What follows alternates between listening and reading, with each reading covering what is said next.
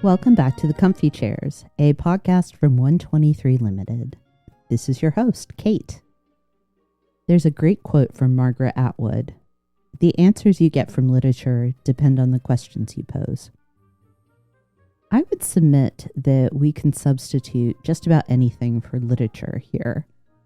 The answers you get from your friends, your doctor, your employees, even life in general, all depend on your questions.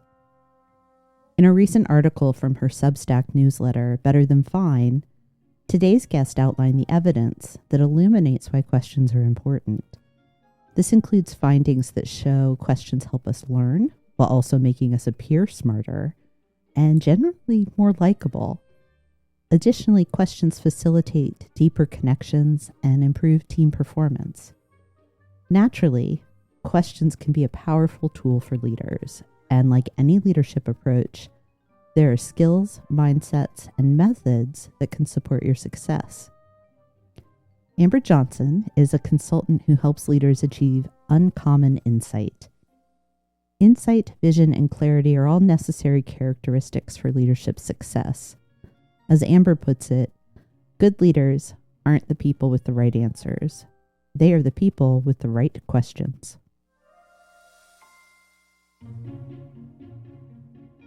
Amber, welcome to the Comfy Chairs. Thank you for joining me. I'd like to go ahead and give you an opportunity to introduce yourself, please. Thanks, Kate. I think we first need to acknowledge that even though we have the same last name, we are not That's related. true. No relation. Yes. Yeah, there are a lot of Johnsons in the world. Mhm.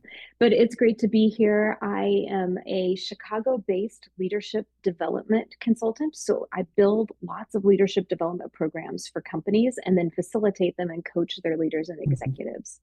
And in the midst of that, part of what really fascinates me is how we communicate with each other and how often it doesn't actually work as well as it should. Right. And so I spend a lot of time thinking and writing about the ways we talk to each other and what we could be doing to have richer conversations that lead to deeper relationships that strengthen our knowing and understanding of each other and that help us have more meaningful and productive work. And I'm interested in that, not just at work, but in our personal lives as well.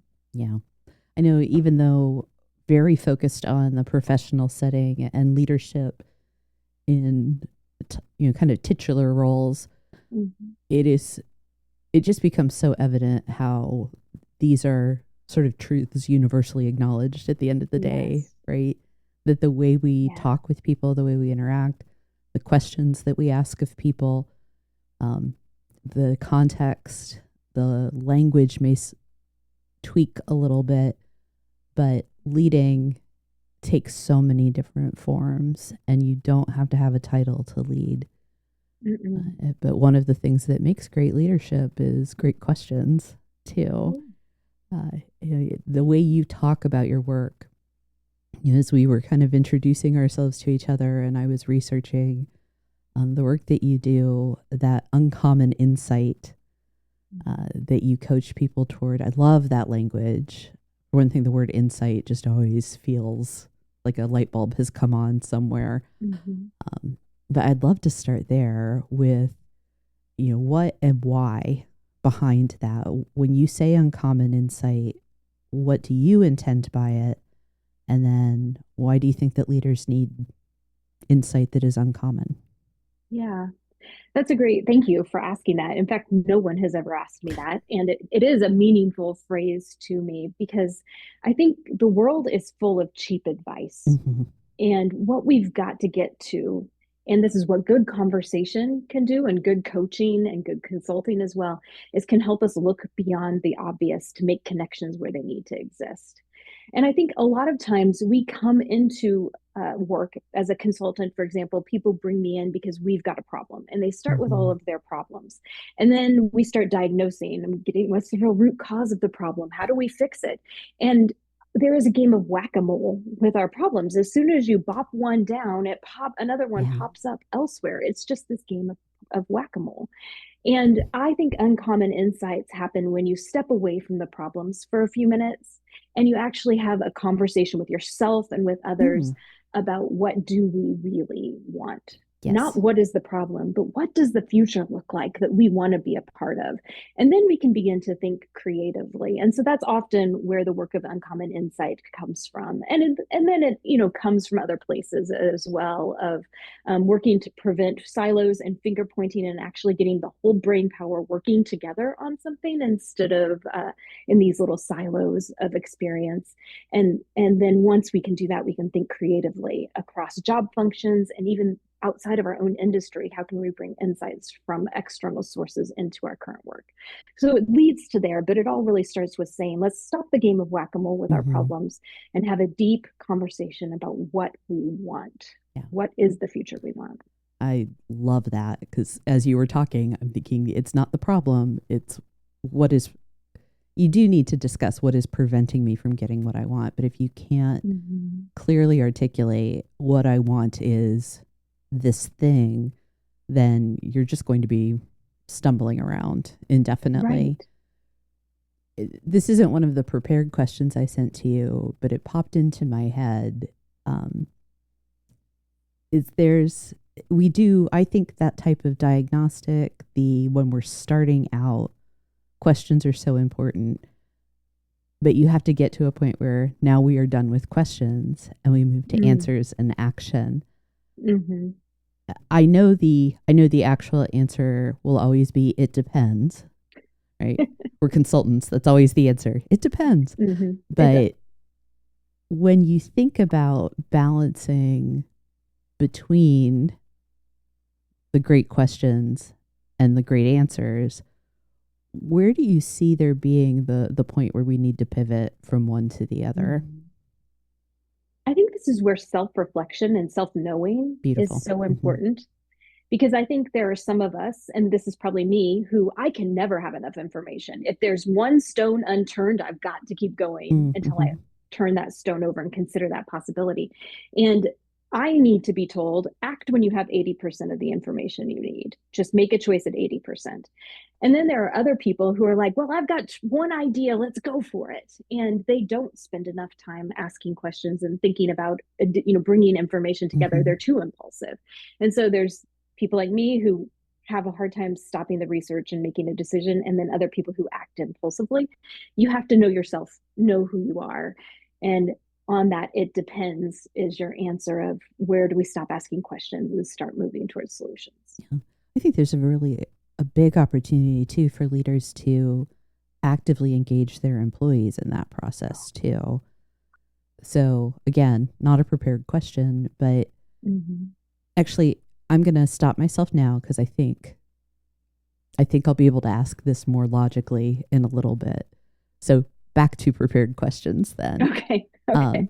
what distinguishes a great question from a not so great or even an okay question?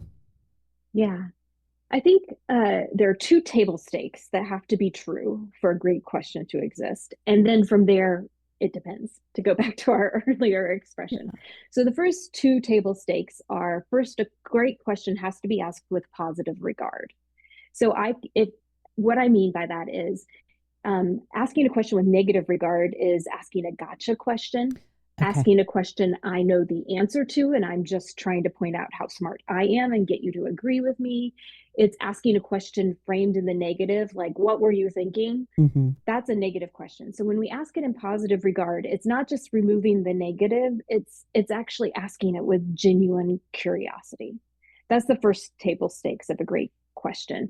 And the second is, and you've probably heard of open questions Mm-hmm. as opposed to closed questions.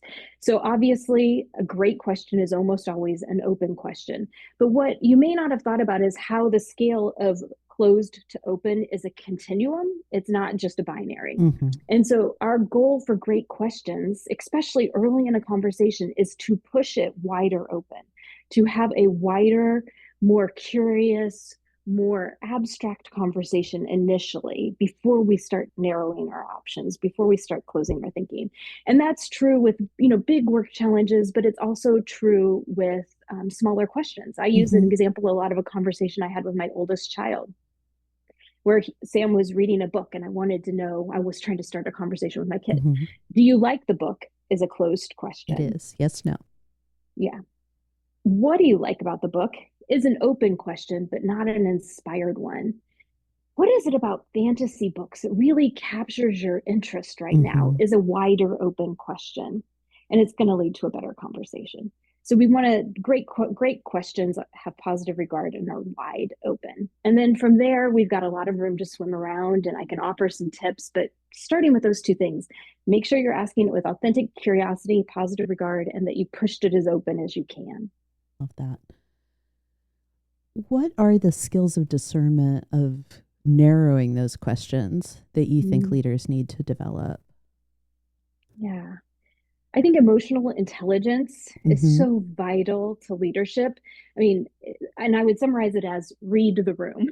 Just read the room all the time.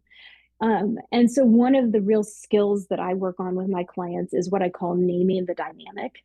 And it's not just a lot of people use this phrase to name the dynamic. Hmm. So often we make an assumption about what people are feeling, or we know we're feeling hesitancy around something. And then either we're tempted to ignore it, or we take the rip the bandage off approach and just sort of dive in head first without being thoughtful. And what I encourage people to do is develop the skill of just naming the dynamic. Hmm. And that requires naming the emotions you're feeling and asking if others are feeling it, or naming the experience that is happening for people and asking, how's this landing for you? And when leaders develop that ability to sort of sense what's happening in the room and then name the dynamic, specifically naming emotions and experience, it transforms a conversation. It becomes safe to admit what you're really thinking. It becomes safe Hmm. to admit what you're really feeling. If a conversation was feeling awkward, somehow saying, I don't know, this feels a little awkward, but I want to ask you, somehow makes it less awkward. Just naming the dynamic that it's awkward. When you name the dynamic, it actually becomes less awkward. Hmm. It definitely does. And when you say make it safe, questions facilitate psychological safety, but Absolutely. especially when the intent, that positive regard versus negative regard, is so very clear too. Yes, Yeah. absolutely. And then the other great skill leaders have to have is when someone has the courage to answer a question about emotions or experience, when they're honest and they bring a creative idea to the table because you asked an open question, as a leader, your listening skills and your response to them is just as important as that initial Exactly. question you asked. Yeah. It's the way I coach leaders around seeking feedback, because that is a question, right? It's a question of how Mm-hmm. am I doing. So when you open up that you want feedback, when people bring it to you, there is one thing that you say: Thank you for thank you. the feedback. Thank you. If Yes. you don't like the feedback, you say thank you and you stop. Mm-hmm. If you love the Yeah, feedback, you say thank you. Because the first time you don't, you're done getting feedback from people. And I that think is right. the first time that you respond in a negative way to any question that you ask, you're done getting answers. You completely are. Yeah, I there's one company I've worked with repeatedly over the years, and have gone through a cultural transformation. But a previous executive would routinely tell people when they bring ideas, "I'm not paying you to be a thinker. I'm paying you to be a doer." Oh dear. And then they bring me in because they want to know why haven't we innovated? Why haven't we had any new products in a decade?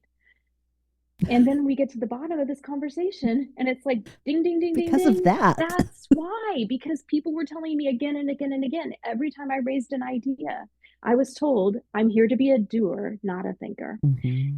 It was completely unsafe to raise Oh your gosh. ideas there. That just Completely unsafe. that makes my stomach churn. It makes my heart ache. It makes my Mm-hmm. everything feel bad. Right? In this day and age, any leader that says that, uh, uh, And the challenge is, I think of myself as a pretty kind, gentle person, not abrasive. But, and this is an expression I try to get senior executives to really own, a cat is a lion to a mouse. hmm, You may not even realize the way your voice comes across as the yeah, voice of authority and power in a conversation. You may have no idea how intimidating you are. yeah. three layers down, two layers down, even one layer down, because to yourself, you just feel like a cat. And you're actually coming across as a lion to these people who don't know they're safe to talk to you. Yeah. I was very fortunate. I mean, it took me a long time to actually adopt this feedback, but very early in my career, a peer gave me feedback about tone, and because I'm not as soft and gentle as you come across. And yeah, it's so important that when we have those moments where people are going to reflect back to us, that we recognize that position amplifies in ways that we can't always Yes. understand. And even And if you, shuts people down. yeah, even if you have a good intent, the impact, the impact's going to matter more than your intent. It completely is. Mm-hmm. And just to bring it back, if Thank you. people are not regularly bringing you feedback, it's because you're not asking for it. And so you've Yes. got to work on asking. Yeah. That's one of the key questions you as a leader have to develop is Mm-hmm. what feedback do you have for me? Yep. Exactly. And I would I would argue that it needs to be even more specific about what feedback do you have for me about how I ask questions of the team, about my tone. I love that. Yeah, because what feedback do you have is so broad. And Mm-hmm. if you ask a broad question, you're going to get a broad answer. Yeah, and what a Pick up. great example. I was arguing for the value of wide open questions, Uh-huh. but there are times where there's real value to let's Yeah. constrain our thinking to this level of topic and go deep Mm-hmm. here. Exactly. I Mm-hmm. love there's kind of this wholeness of we're talking about questions, and feedback starts with a question in this context. Mm-hmm. So what are the questions that you're asking when you ask for feedback? And it's you want to be appropriately specific in those Yes. cases.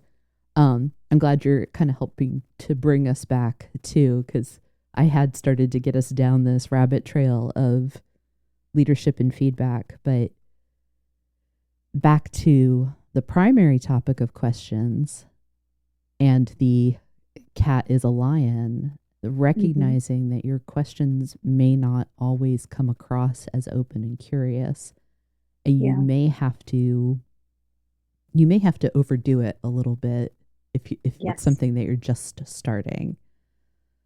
Um, in the introduction, I talked about how there are skills, mindsets, and methods associated with being a good questioner, and we've started a little bit, but I'd really like to do a deeper dive into what those are and how leaders can discover, practice, and ultimately excel at those skills and mindsets. Yeah. I have my own little short list, but you're the Ooh. question lady. So I would love to hear from you beyond what we've already talked about with emotional intelligence, etc. What are those skills that you think people have to be great at questions? Yeah. There's so many. I'm I going to know, make sure right? we come back to your list. Let me start with just how we know when our questions aren't serving us, how we know when we Mm, ought to be asking better. And I have an acronym for it. I say you know you need a better question when your conversation is in the ruts, ruts, ruts. yes. So the first R is routine. When we have the same conversation all the time. Our Monday morning staff meeting looks the same way every time, and then we get to Tuesday and we realize there were important things that should have been discussed and decided together, but the agenda's shape doesn't let us do that. That's a routine. Or maybe you and your husband or partner every Saturday night can't figure out what you want to do. And so you have the same conversation every Saturday night or what's for dinner. Those are routine conversations. You need to come up with a better question. The U in ruts is uncertain. We are just uncertain about what to do, where to go. We don't know what the answers are. We can't predict the future. We don't know how policies are going to shake out in the new administration or what the work from home policy change is going to require for us. Anytime you feel a real level of uncertainty, it's a time for to be more focused on improving your questions. And then the T is tense. Topics that make you feel anxious, Mm-hmm. giving that hard piece of feedback that someone's going to struggle to hear, having the conversation with your grandmother about what end of life care she wants. talking with your partner about their spending or about a career move you want to make but would require sacrifice from them, convincing your teenager to do something differently. Anything that feels tense is when a better question is required.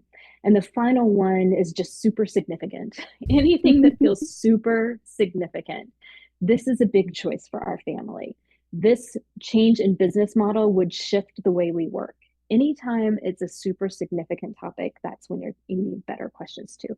So the first thing you can do as a leader is know, okay, this everything's going well. We're not dealing with routine, uncertainty, tension, or super significance. Probably the questions I have are fine. I don't have to put my energy there. And then look for the conversations in your life that are in the ruts and invest time there. It's part of that reading the room, that sense of awareness and vibe of not just how you, but how your team, your colleagues are feeling about things. So that's the first one. What I love about ruts is that marriage of awareness of yourself and environment and the necessity that it demands to be engaging other people.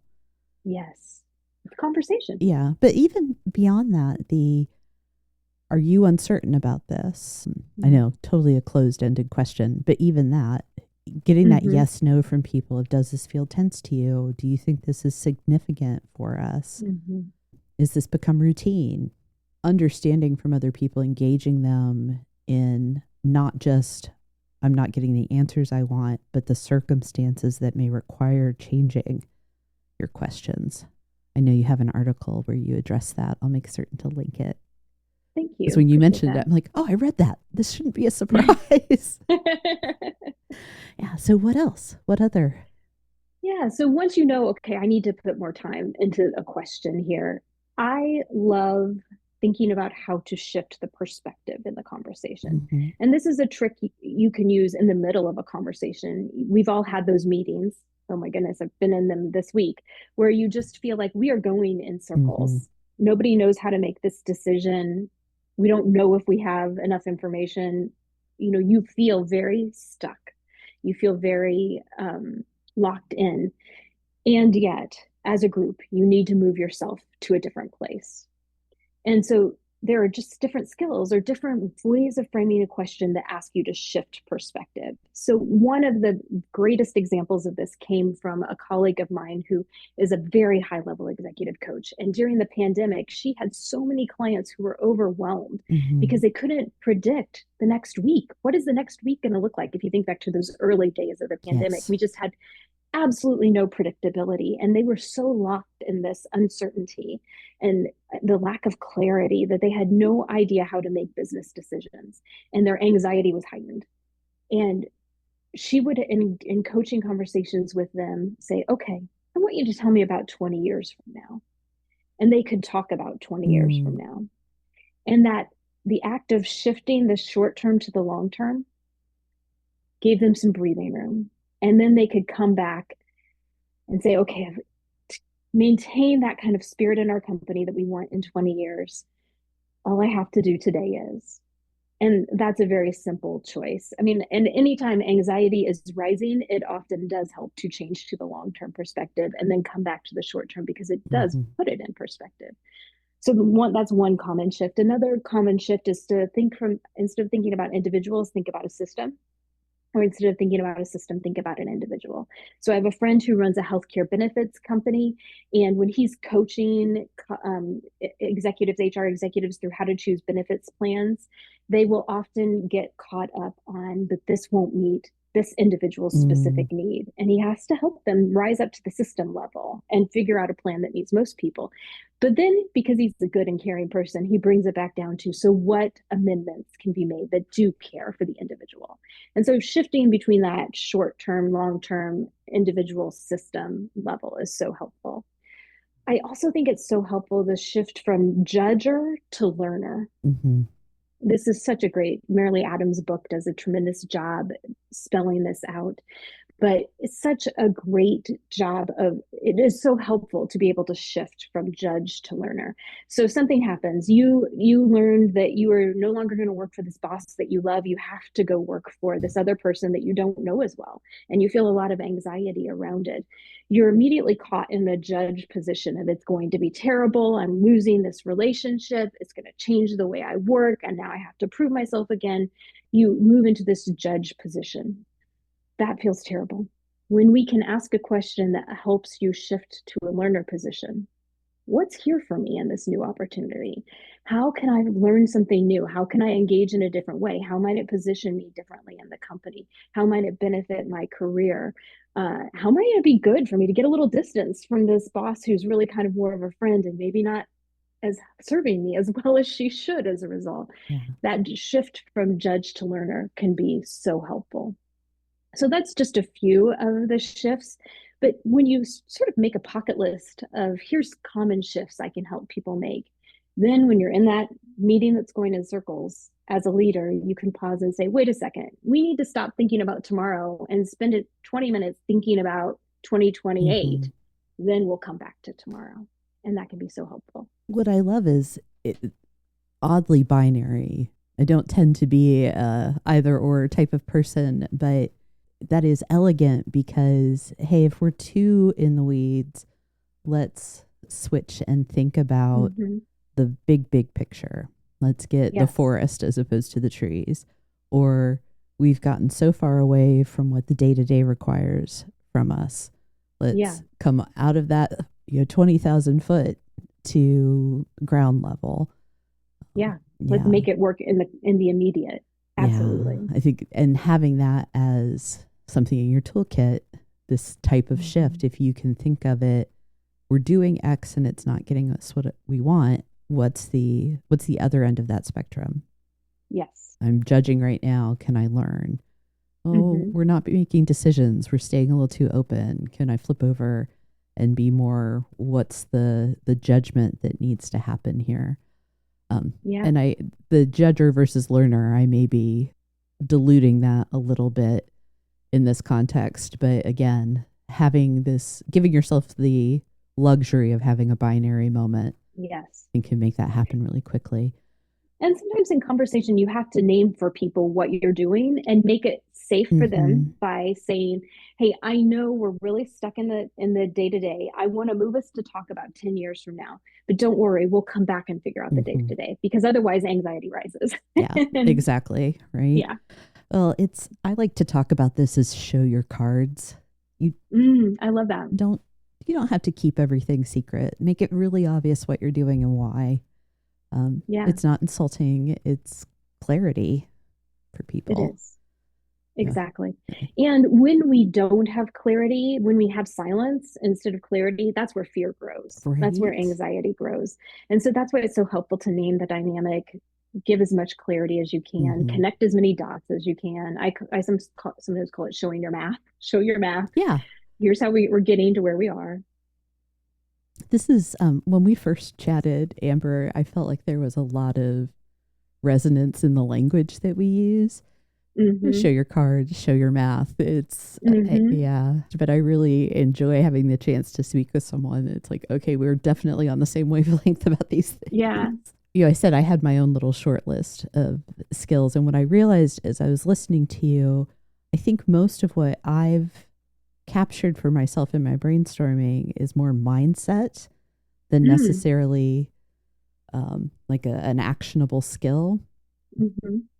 But I do see these mindsets sort of create a foundation for the types of actions that you've talked about. The learner versus judger, the how do I make a shift, and the act of changing how I'm thinking, growth and abundance mindsets. Absolutely. I have an opportunity. I don't need to feel like I'm in a position of scarcity and I'm losing. It's things are available and open. You mentioned emotional intelligence earlier, which always makes me feel buzzy. I think one of the very first mindsets, and I'll kind of clunkily name it a mindset, is humility. That leaders, questioners, we have to start with humility because Yes. a question is a way of telegraphing I don't know something, and that can Mm-hmm. be very difficult for some leaders. Mm-hmm. So, first Yeah. is I'm humble and I'm willing to acknowledge that I don't know everything. Absolutely. Yeah. Absolutely. There is this fascinating research that says little kids, 3, 4 years old, can ask as many as 107 questions an hour. Like, Right. just, it's like machine gun fire. It's just rapid, constant asking questions. I think 30 is more the average, just Hmm. for any parent out there who's thinking 107 seems extreme. It is extreme, but Or they think 30 it's not questions as an many hour. as their kids are asking because they're in the thick of Yes, toddlers. Yeah. exactly. That may be true too. And then we go to school, and the number of questions Hmm. kids ask begins to drop almost immediately. And the theory behind that is it's because in school you learn that having the answer is more important than asking the question. And so Hmm. you hold back your questions because you don't want to be seen as not having the answer. And we of course do that as adults. We have anxiety about, well, what, if I don't know my stuff in the meeting, am I going to be seen as the village idiot? We have these very real concerns. Yeah. And what's fascinating is research with adults has shown that that's not the case at all. That in fact, when you ask for help, when I come to you, Kate, and I ask you for help, you actually see me as more intelligent Hmm. because I asked for help.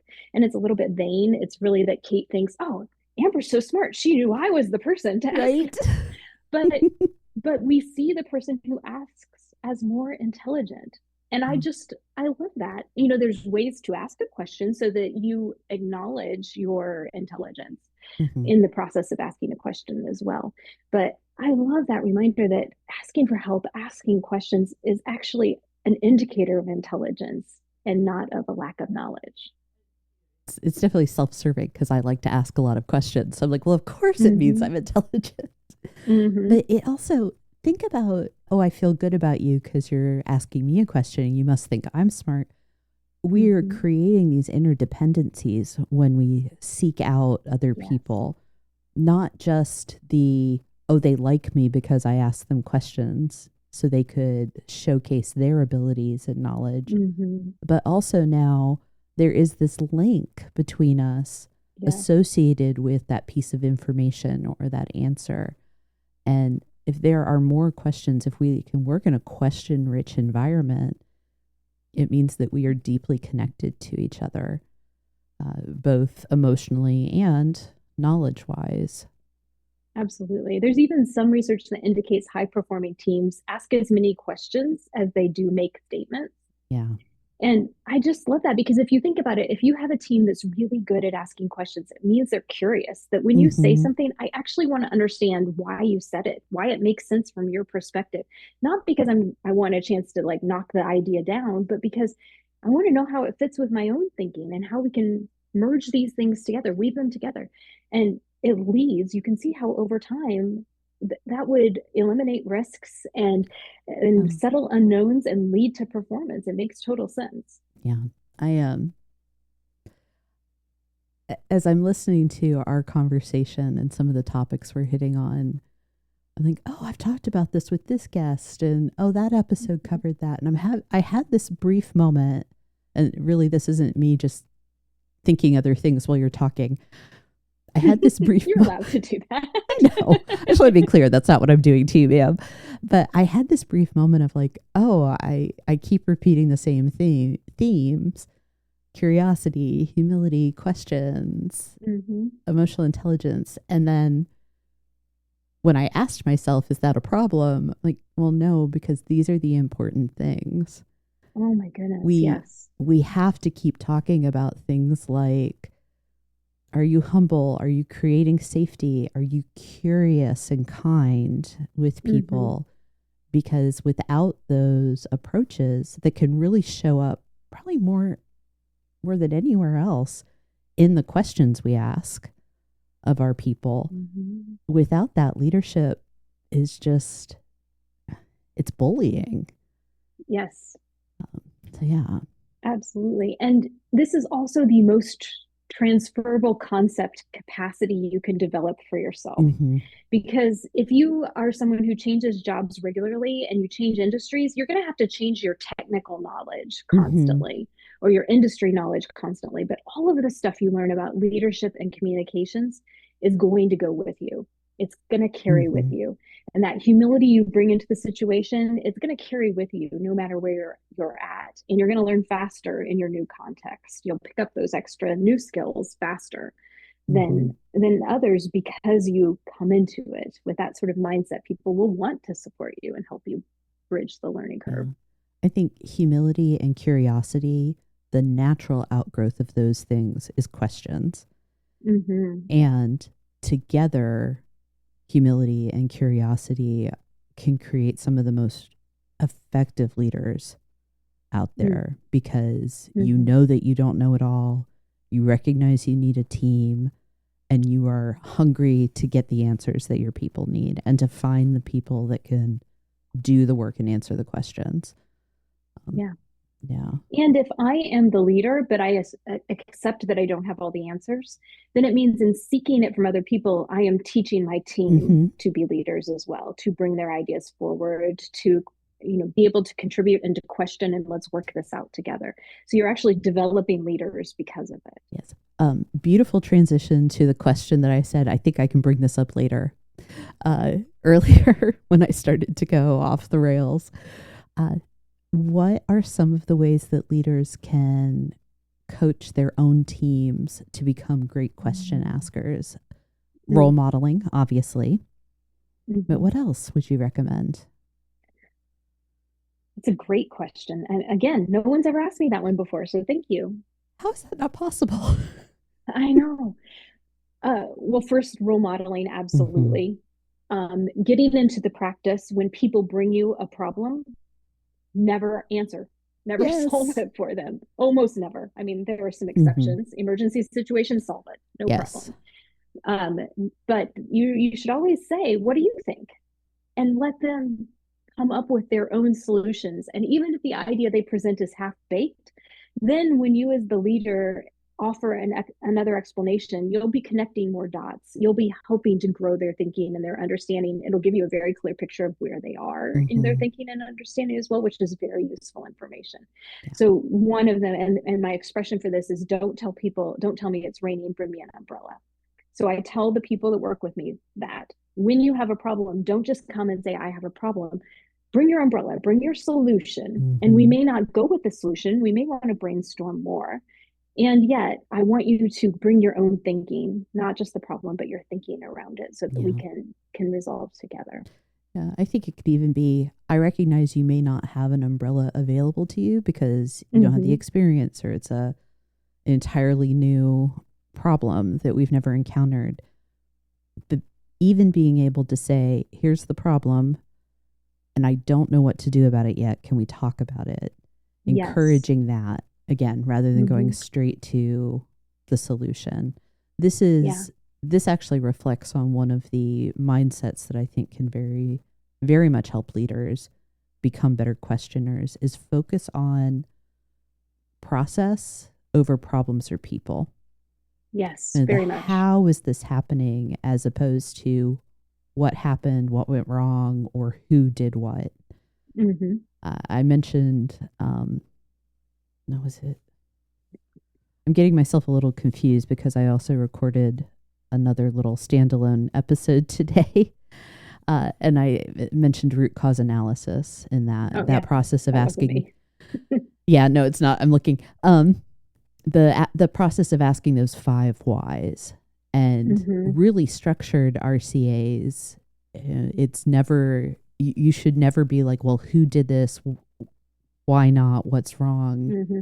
It is looking solely at process, and Yeah. that becomes so powerful because of how safe it can be. Instead of doing a witch Mm-hmm. hunt, you're focused on process to uncover the underlying problems, which may be human error or ill intent. That can Right. happen. But without the safety of right now, we're just looking at the process, Mm-hmm. you're not going to get to whatever the root is. you can bring me a problem, but have some thinking with it is a Yes. way to get to process over problem. Yeah. And that's a great example of positive regard in how you frame your Mm-hmm. questions for them. Rather than implying you really screwed this up, Yes. you're implying the situation isn't working perfectly. Yeah. Let's discuss. Yeah. And even then, when it is human error, so often that human error is because they weren't trained properly, Yes. because we put too much on their plate, because I added pressure to you and Mm-hmm.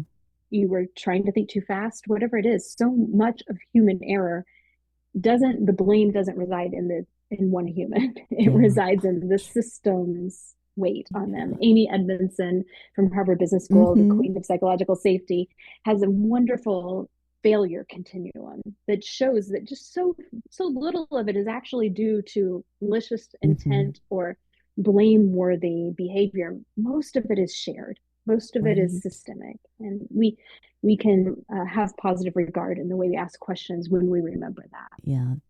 The folks at Crucial Learning, the Crucial Conversations, Crucial Mm-hmm. Accountability, their influencer curriculum talks about that we have to avoid Mm. this, avoid always entering into problem solving with it's because the person didn't want to do it or do it right. Mm-hmm. That we have Mm-hmm. to Because look they're at, lazy, because yeah, there are other sources of influence around people, and it can be skill, not just will, mm-hmm. but it has to be other people. The systems and resources can be inadequate or wrong or Yeah. broken. And then we have to look for that constellation around why did this not go as hoped for? And I think the best way to get to that is through asking questions. Yes. Yeah. Yes. But again, just to reiterate what you said, because it's so right, that are focused on process Mm-hmm. and the problem and not the person. Yeah. Well, Occasionally we do come to the conclusion it's the person we need to fix, but yeah. But most of the you know, time. it's that, okay, humility, curiosity, but then there's empathy too that Mm-hmm. has to come in play. And then empathy needs to put on its shoes and be compassionate, Yeah. right? That if something, and I know we're kind of focused on problem solving at the moment, but if there is a problem, I am going to have empathy for the person that experienced this problem and Yes. not presume that it was ill will or Mm-hmm. laziness or fill in the blank. That Mm-hmm. I don't know what could have caused this. I don't know what other factors may have. So I need to ask questions rather than making assumptions about their intent or ability. Yeah. And along with that, I would add generosity as a Yes, I mindset, love that. that, generous in the assumptions you make about people. Hmm. Definitely. Oh, I do like that.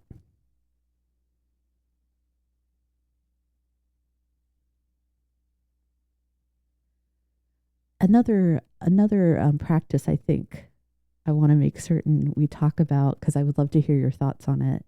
Um, I coded it for myself as being a copycat. Mm. You don't have to be the person coming up with all the great questions.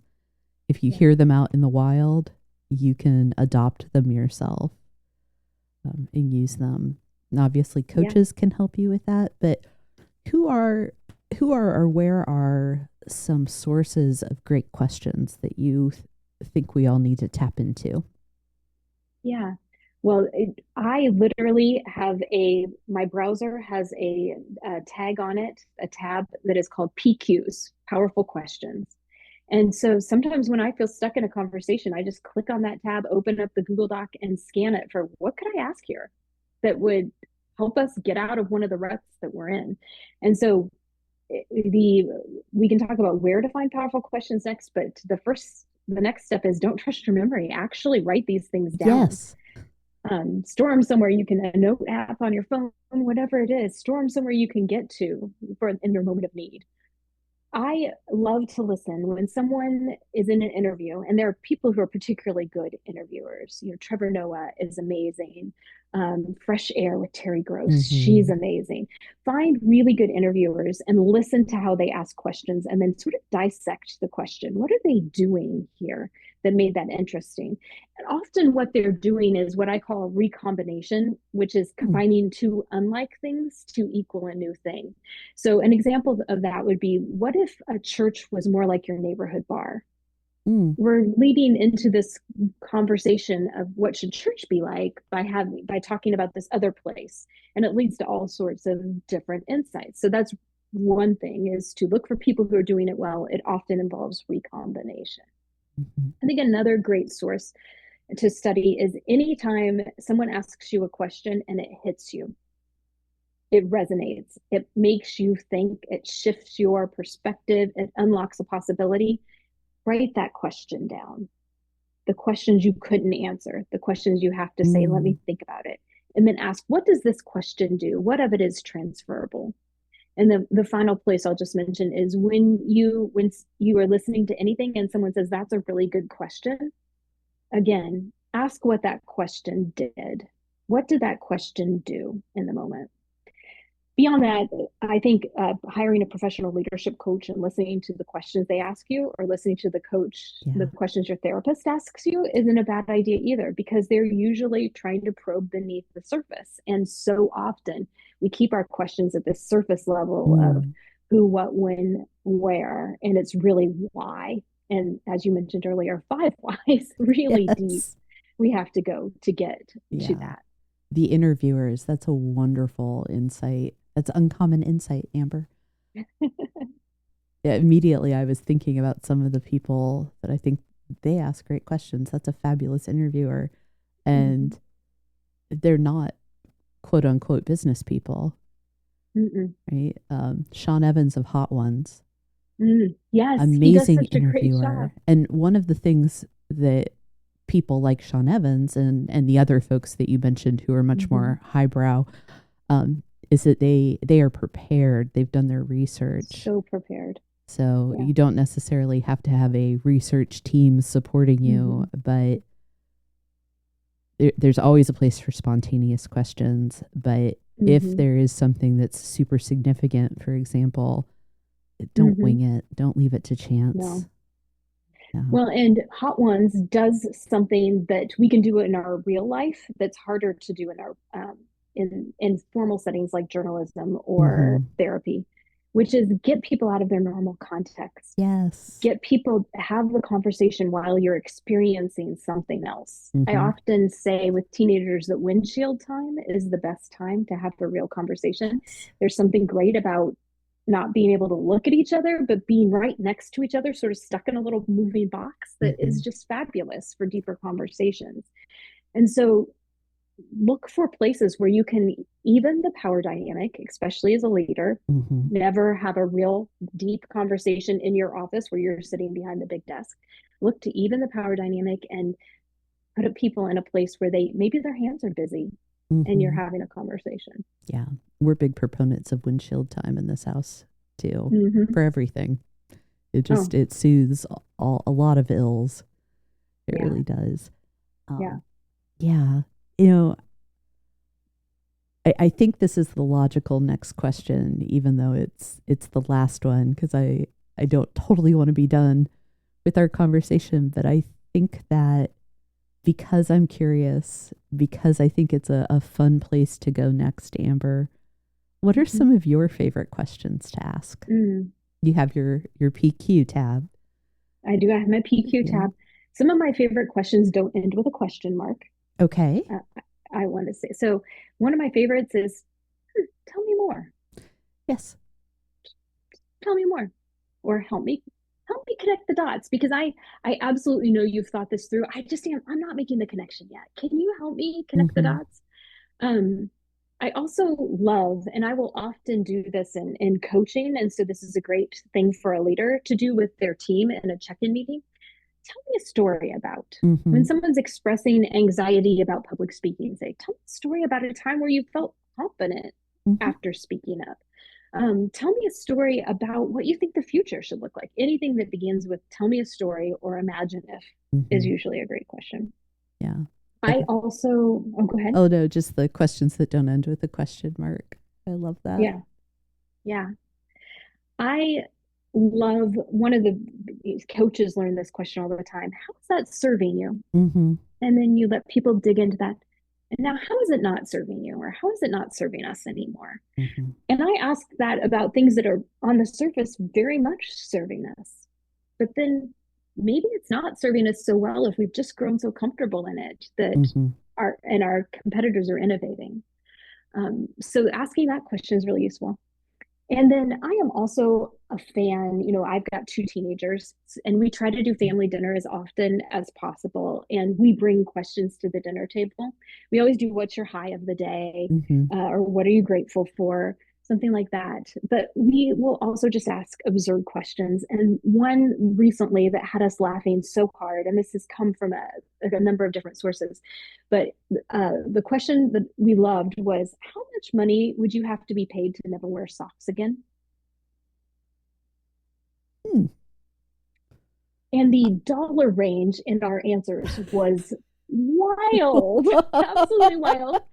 Gave me a good conception of what my children understand about finances and what they don't. And, the importance of footwear. Yes. And we had an extensive conversation about what counts as socks and what don't. Do fur-lined Crocs count as socks? Um, and I just love those silly conversations that reveal something Yeah. about someone else. I will sometimes ask my kids, or really sometimes I'll use this as a check-in at the start of a meeting. If today were the weather, what's the forecast? What's going on with you? Is it a rainy day? Is it a cloudy Mm. day? Is it a bright and sunny day? Is it sunny but actually 15 below? Um, because in those metaphors and analogies, we often reveal little things, and it also breaks the script. So anything you can ask Yeah. other than how are you is going to be Mm-hmm. lead to a better conversation. I love it. Love it. Love it. Love it. I had a coworker that instead of saying, I don't understand, or what did you mean by that? She would say that again, but different.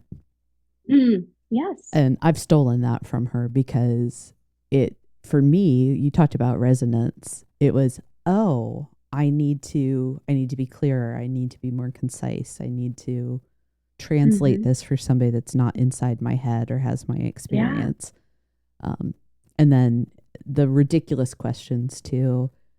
It's not that you would necessarily ask that during a problem solving, but that could be such a fun way to open up, a Mm-hmm. casual team meeting, or Yep. ask ask your employees to bring in silly questions for that. Absolutely. Mm-hmm. Yeah, I often start meetings with whip around questions like that. Mm-hmm. I don't want to give a whole lot of time to it, but it makes sure that everybody has a voice in the meeting there Yeah. from the beginning, that we have an experience that reminds us that we're human and we have lives outside of this. Yeah. And, it often helps forge relationships or gives you something to ask somebody about afterwards as well. That's one of the things that's so kind of magical about question asking is Mm-hmm. all the different varieties of applications. It can Mm-hmm. be a way to open up with your teenagers, to break down those kind of natural communication barriers that happen in our homes and in our workplaces. It's a way to problem solve. We haven't even really gotten into asking questions for learning Mm. purposes. We ended up a little bit around the whole like feedback and problem solving, where there's a lot of rich content, but there's so Mm-hmm. many other ways to think about how questions can serve us Mm-hmm. in the workplace and in life in general.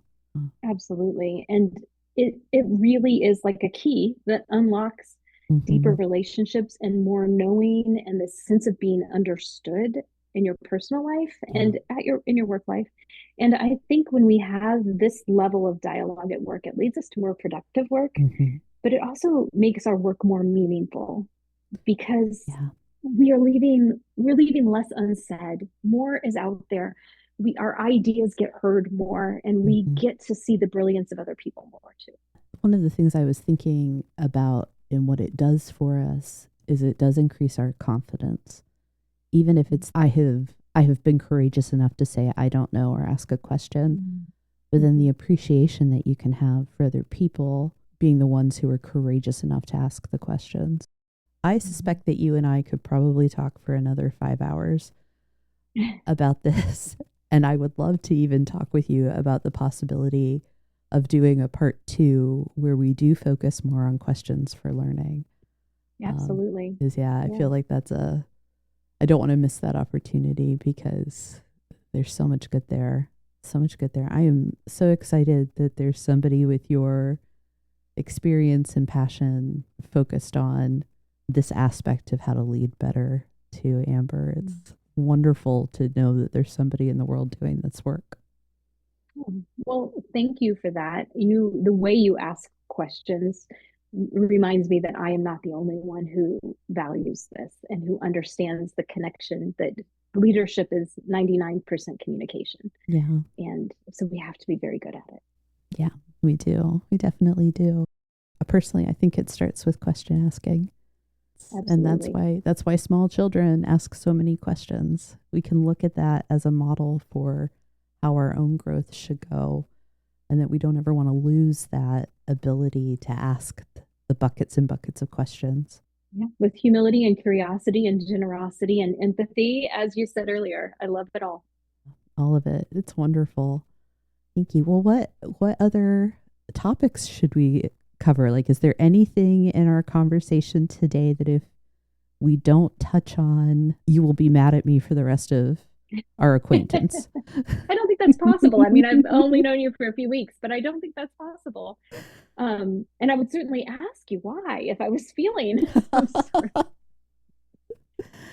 No, I think we've covered a tremendous amount of territory today. Yeah. Anything else I'd add on would just lead us into a whole other section. We can come back and do round 2. We'll do round 2 for that if you're amenable. So I have mentioned your Substack, Better Than Fine. Are there any other resources or any work that you have going on that you'd want to highlight? Sure. Yeah, my Substack, Better Than Fine, is really a great place. And just let me comment on the title. If I asked you, how are you? Statistically, you're going to tell me good, okay, fine. And my work is about helping us ask questions that get past those scripted responses and get into something that is better than fine. So that's where the name comes from.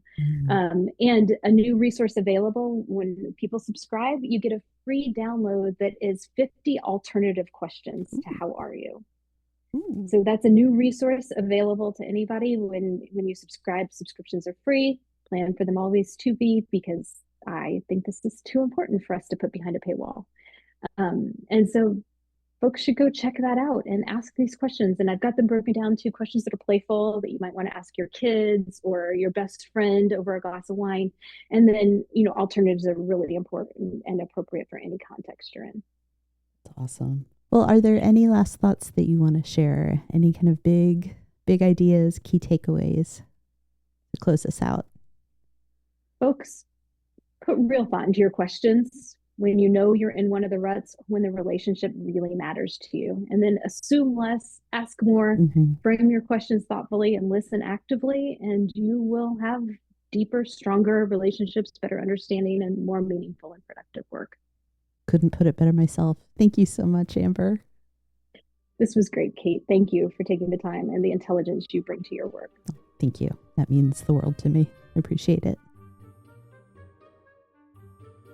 Thank you for joining me in the comfy chairs. If you're enjoying this podcast, don't forget to subscribe and share it with others who are passionate about leading and learning. And don't forget, if you have a question for our new Comfy HQ series, I'd love to hear it. Check out the link in the show notes to submit your question and be part of the conversation. Until next time.